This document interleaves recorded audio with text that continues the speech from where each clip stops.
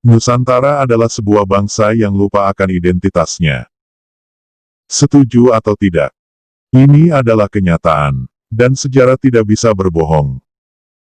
Entah sengaja atau tidak, bangsa yang besar ini memang seolah ditarik untuk harus terpisah dari leluhurnya. Seperti anak yang dipaksakan untuk lupa akan ayah kandungnya. Dan dipaksa untuk malu dengan kebudayaannya, lalu bangga dan candu dengan kebudayaan lain.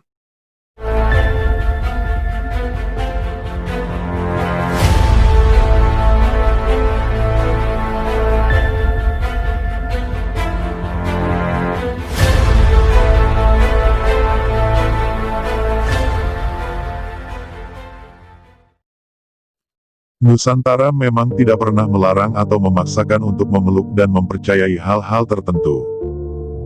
Majapahit dengan gagah melindungi dengan Bhinneka Tunggal Ikanya. Persaudaraan dengan warna kulit, hobi, gaya hidup, dan kepercayaannya yang beragam. Hidup dalam rumah Nusantara dengan megahnya. Dan kebun subur di sekeliling rumah. Bangsa yang sangat kaya akan budaya, alam, hewan, tumbuh-tumbuhan, dan etnis yang beragam, hidup rukun bersama. Ramah dan terbiasa menjamu tamu-tamunya. Di pagi hari, asing dan asing sering mampir dan bertamu. Di sore hari, pengepul keliling komplek biasa datang. Mereka bersukacita bersama dengan menjual hasil kebun belakang rumah. Namun, dimulai dengan masuknya kebudayaan lain, yang menggiring hancurnya kerajaan Majapahit sebagai pusat pemersatu bangsa. Munculnya kelompok-kelompok ekstrim radikal yang ingin merdeka sendiri, ditandai dengan lahirnya kerajaan-kerajaan yang bercorak ketimuran. Akan tetapi Majapahit tetap dengan komitmen Bhinneka, tetap menghargai perbedaan dan pilihan masing-masing, yang tidak disangka menjadi bom waktu.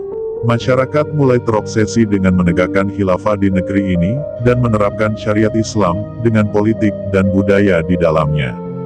Banyak orang mulai mabuk dengan pupuk kandang yang dikonsumsi secara terus-menerus. Mulai membaca buku dengan bahasa yang tidak dipahami. Menghafal kata-kata yang tidak dimengerti. Dan melakukan kegiatan rutin per tiap jam sepanjang hari, yang membuatnya sibuk, sehingga tidak sempat lagi memikirkan dan melakukan banyak hal yang semestinya.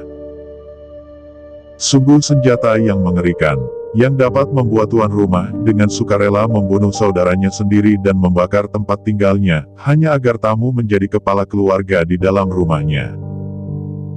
Ironi bukan?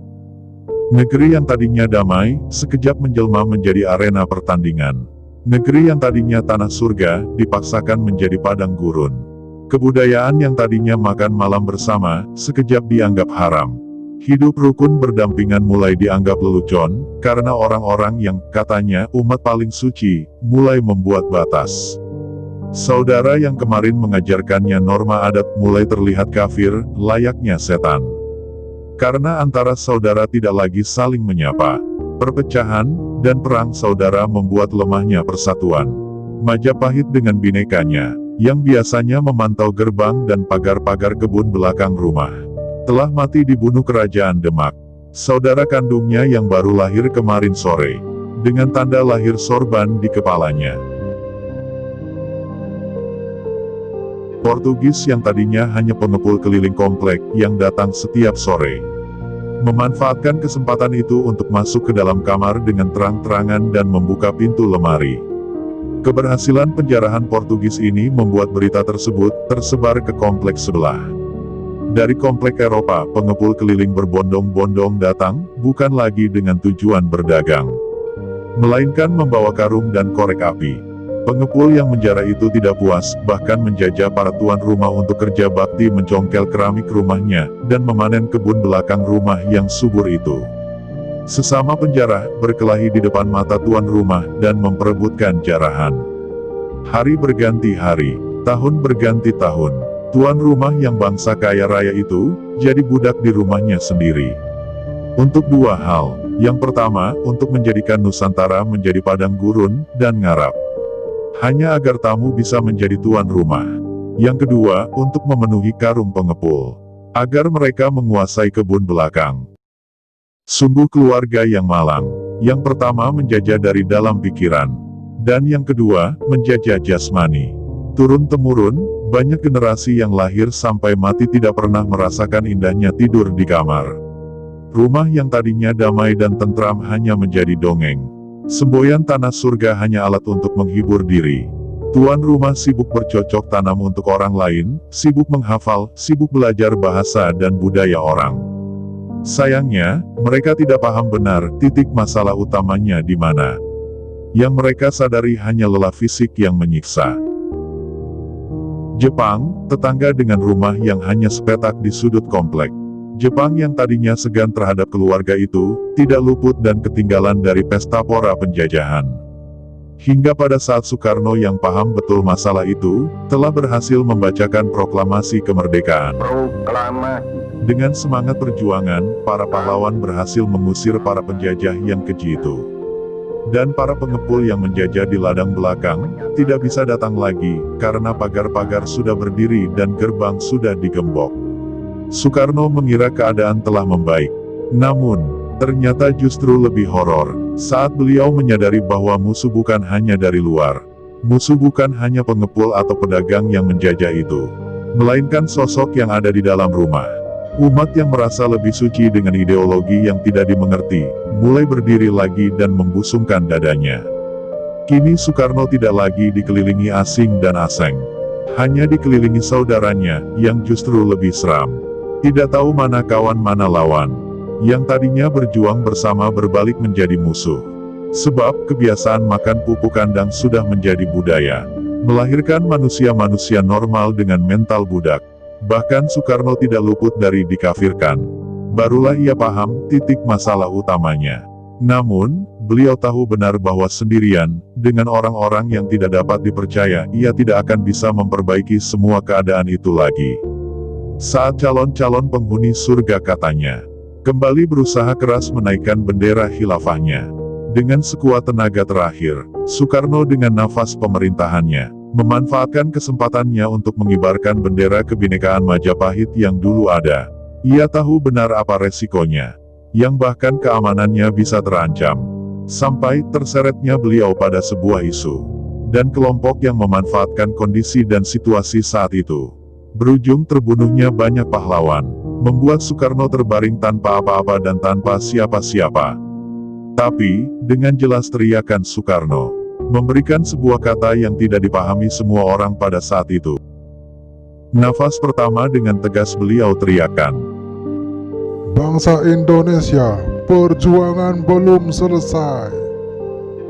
Tarikan nafas kedua, dia berteriak lagi, "Jangan sekali-kali melupakan sejarah." Yang menjadi kata kunci untuk anak-anak bangsanya kelak. Dengan harapan jika orang-orang mulai sadar dan tidak lagi candu pupuk kandang. Sebuah kata sandi untuk melanjutkan perjuangannya. Sementara demi meredam agar tidak terulangnya kembali sejarah dan pecahnya perang saudara. Soekarno mengorbankan dirinya, seusai Pancasila ditanamnya di dasar pondasi itu, dan menyambut pasrah keruntuhannya. Bagaimana? Jika kamu juga belum paham permasalahannya, itu biasa, atau kamu yang masih berpikir Indonesia tidak akan maju jika khilafah tidak ditegakkan di negeri ini. Itu tidak masalah. Kamu tidak sendirian. Sejak awal konsepnya memang seperti itu. Bagaimana korban tidak merasa dikorbankan? Yang justru dengan sukarela bertindak hal yang tidak manusiawi, namun terasa berbuat benar, dan merasa berjalan di jalan Tuhan. Bahkan Arab Saudi mengajarkan kita bahwa khilafah menghancurkan persaudaraan mereka. Persis seperti mimpi buruk yang terjadi di Nusantara kita ini. Dengan bangga, Neneng Sukma Puspaningtyas membuat nama putrinya Aisyah Humaira, sebuah nama bocah korban pedofil di Arab Saudi abad ke-6 silam. Sebagai salah satu identitas wanita dengan sukarela menjadi alat pemuas seksual. Dan, dengan bangga, Sutekjo Purnomo Cakrowinoto membuat nama anaknya Abdullah, yang berarti hamba atau budak Allah. Sebagai salah satu identitas budak agama, nama daerah tidak lagi menjadi jati diri, terbiasa dengan hal-hal yang tidak dipahaminya. Melepaskan diri dari kebiasaan bukan perkara yang mudah. mabuk akan budaya luar, memaksakan pikiran dipenjarakan oleh keyakinan. Dan ada juga orang-orang yang memang sengaja melestarikannya, karena sangat bermanfaat untuk beberapa hal. Seperti gerakan politik misalnya, sangat dibutuhkan orang-orang demikian, yang dengan sangat mudah dibakar tanpa api. Sebagai kendaraan dan senjata yang handal tanpa biaya besar. Tidak masalah, banyak orang yang seperti kamu. Kamu hanyalah generasi penerus. Negeri ini hanya menunggu waktu, yang entah kapan, lahirnya kesadaran masyarakat yang menyempatkan diri untuk berpikir. Namun pesan saya, jika kamu percaya Tuhan, dan Tuhan memberimu otak, sudah saatnya otak itu kamu gunakan untuk berpikir. Saudara-saudara sebangsa dan setanah air, kalau jadi Hindu, jangan jadi orang India. Kalau jadi Islam, jangan jadi orang Arab. Kalau jadi Kristen, jangan jadi orang Yahudi. Tetaplah jadi orang Nusantara, dengan adat budaya Nusantara yang kaya raya ini. Ingat wahai saudara-saudara, musuh yang terberat itu adalah rakyat sendiri. Rakyat yang mabuk akan budaya luar, yang kecanduan agama, yang rela membunuh bangsa sendiri demi menegakkan budaya asing. Jangan mau diperbudak oleh semua itu. Tetaplah bersatu padu membangun negeri ini tanpa pertumpahan darah. Hai anakku, simpan segala yang kau tahu. Jangan ceritakan berita dan sakitku kepada rakyat. Biarkan aku menjadi korban, asal Indonesia tetap bersatu.